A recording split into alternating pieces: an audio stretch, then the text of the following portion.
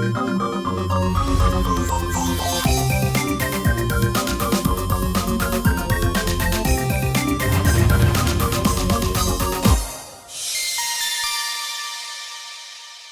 Hello welcome to right click. ಈ ವಾರದ tech ಜಗತ್ತಿನಲ್ಲಿ ಬಿಸಿ ಬಿಸಿ ಸುದ್ದಿ ಏನಿದೆ, ಯಾವ ವೆಬ್ಸೈಟ್, ಯಾವ ಹೊಸ ಮೊಬೈಲ್ ಮಾರ್ಕೆಟಿಗೆ ಬಂದಿದೆ ಎಲ್ಲ ಹೇಳ್ತೀನಿ.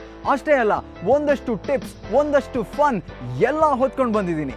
ಹಾಗಾದ್ರೆ ಈ ವಾರದ ರೈಟ್ ಕ್ಲಿಕ್ ನಲ್ಲಿ ಏನಿದೆ ಅಂತೀರಾ? ಬನ್ನಿ ನೋಡೇ ಬಿಡೋಣ. ಮಾರ್ಕೆಟಿಗೆ ಬರ್ತಾ ಇದೆ ಗೂಗಲ್ ಟಿವಿ. ಇದು ಗೂಗಲ್ನ ಹೊಸ ಕ್ರಾಂತಿ ಆಗತ್ತಾ?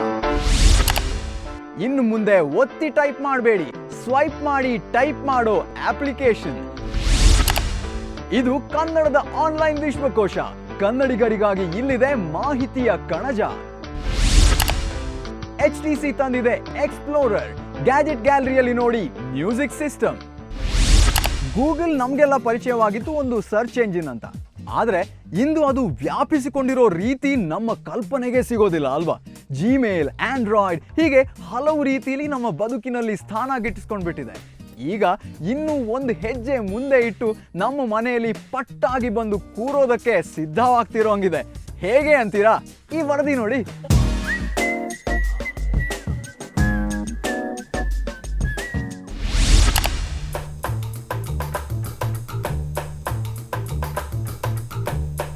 ಗೂಗಲ್ ಟಿವಿ ಇದು ಗೂಗಲ್ ಇಡ್ತಾ ಇರುವ ಮತ್ತೊಂದು ಕ್ರಾಂತಿಕಾರಿ ಹೆಜ್ಜೆಯ ಹೆಸರು ಅನ್ನಬಹುದು.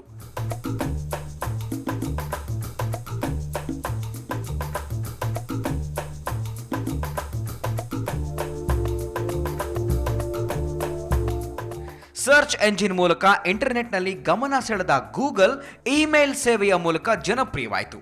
ಈಗ ಇಂಟರ್ನೆಟ್ನಲ್ಲಿ ಟಿವಿಯನ್ನ ನಮ್ಮ ಮನೆಗೆ ತಂದಿಡೋದಕ್ಕೆ ಹೊರಟಿದೆ. ಗೂಗಲ್ ಟಿವಿ ಇಂಟರ್ನೆಟ್ ಅವಲಂಬಿಸಿರುವ ಟಿವಿ.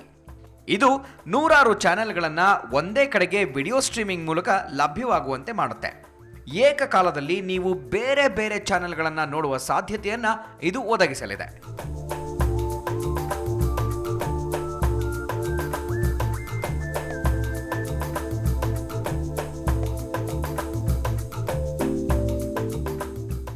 ಆಂಡ್ರಾಯ್ಡ್ ಆಪರೇಟಿಂಗ್ ಸಿಸ್ಟಮ್ ಆಧರಿಸಿ ಕಾರ್ಯನಿರ್ವಹಿಸುವ ಈ ಟಿವಿಯನ್ನು ಇಂಟರ್ನೆಟ್ ಸೇವೆಗೂ ಬಳಸಿಕೊಳ್ಳಬಹುದು.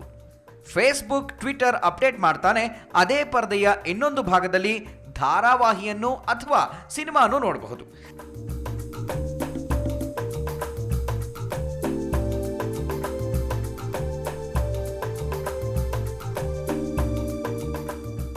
ನಿರ್ದಿಷ್ಟ ಕಾರ್ಯಕ್ರಮದ ಹಿಂದಿನ ಕಂತುಗಳನ್ನು ಅಥವಾ ಲಭ್ಯವಿರುವ ನೇರ ಪ್ರಸಾರವನ್ನು ನೋಡಬಹುದು. ಗೂಗಲ್ ಟಿವಿಯ ಯೋಜನೆ ಆರಂಭವಾಗಿದ್ದು 2010 ಮೇ ತಿಂಗಳಲ್ಲಿ.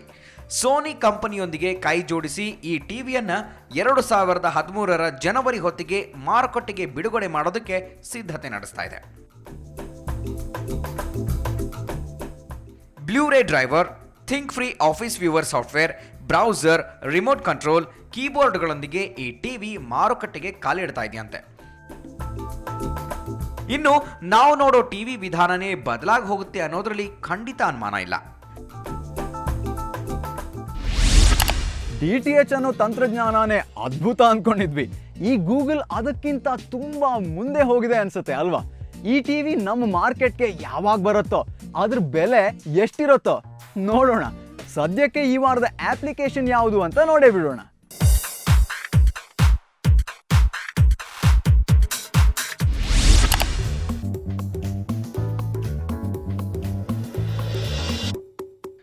ಈ ವಾರದಲ್ಲಿ ನಾವು ಸಿಂಬಿಯನ್ ಮೊಬೈಲ್ಗಳಿಗೆ ಉಪಯೋಗವಾಗುವಂತಹ ಅಪ್ಲಿಕೇಶನ್ಗಳನ್ನು ಪರಿಚಯಿಸ್ತಾ ಇದ್ದೀವಿ.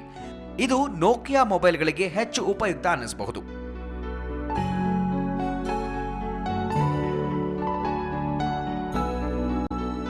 ಈ ಅಪ್ಲಿಕೇಶನ್ ಹೆಸರು ಸ್ವೈಪ್ ಕೀಬೋರ್ಡ್. ಆಂಡ್ರಾಯ್ಡ್ ಮೊಬೈಲ್ಗಳಲ್ಲಿ ಹೆಚ್ಚು ಜನಪ್ರಿಯವಾಗಿರುವ ಈ ಅಪ್ಲಿಕೇಶನ್ ಈಗ ಸಿಂಬಿಯನ್ ಮೊಬೈಲ್ಗಳಿಗೆ ಲಭ್ಯ ಇದೆ.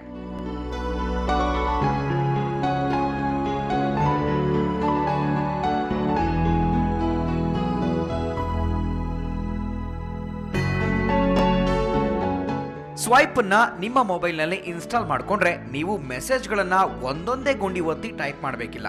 ಬದಲಿಗೆ ಒಂದು ಗೆರೆ ಎಳೆದಂತೆ ಒಂದು ದಪ್ಪ ಅಕ್ಷರದಿಂದ ಇನ್ನೊಂದು ಅಕ್ಷರಕ್ಕೆ ಬೆರಳು ಜಾರಿಸ್ತಾ ಹೋದರೆ ಸಾಕು. ಕಡೆಗೆ ಇದು ನೀವು ಟೈಪ್ ಮಾಡಿದ ಪದವನ್ನ ತೋರಿಸುತ್ತೆ.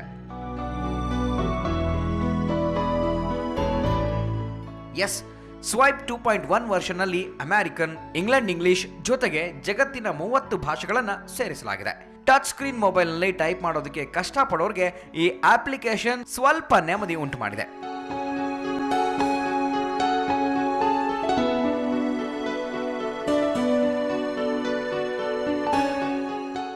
ಸ್ವೈಪ್ 2.1 ಸಿಂಬಿಯನ್ ಮೊಬೈಲ್ಗಳಿಗಂತಾನೆ ಇದ್ದು ಇದನ್ನ ನೀವು ನೋಕಿಯಾ ವೆಬ್ಸೈಟ್ ಅಥವಾ ivivo.com ನಿಂದ ಡೌನ್ಲೋಡ್ ಮಾಡಿಕೊಳ್ಳಬಹುದು.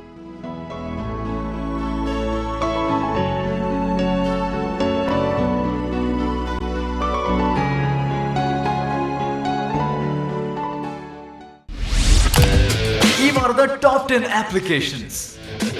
ಮೊದಲಿಗೆ ನೀವು ಫ್ರೀಯಾಗಿ ಡೌನ್ಲೋಡ್ ಮಾಡಿಕೊಳ್ಳಬಹುದಾದ ಅಪ್ಲಿಕೇಶನ್ಸ್.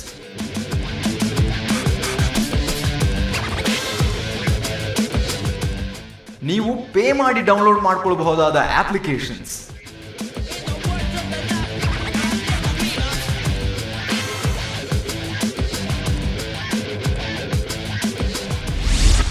ಸೂಪರ್ ಅಲ್ವಾ? ಡೌನ್ಲೋಡ್ ಮಾಡ್ಕೊಂಡು ಬಿಡಿ. ಮತ್ತೆ ಅಷ್ಟರಲ್ಲಿ ಒಂದು ಬ್ರೇಕ್ ತಗೊಂಡು ಬರ್ತೀನಿ. On right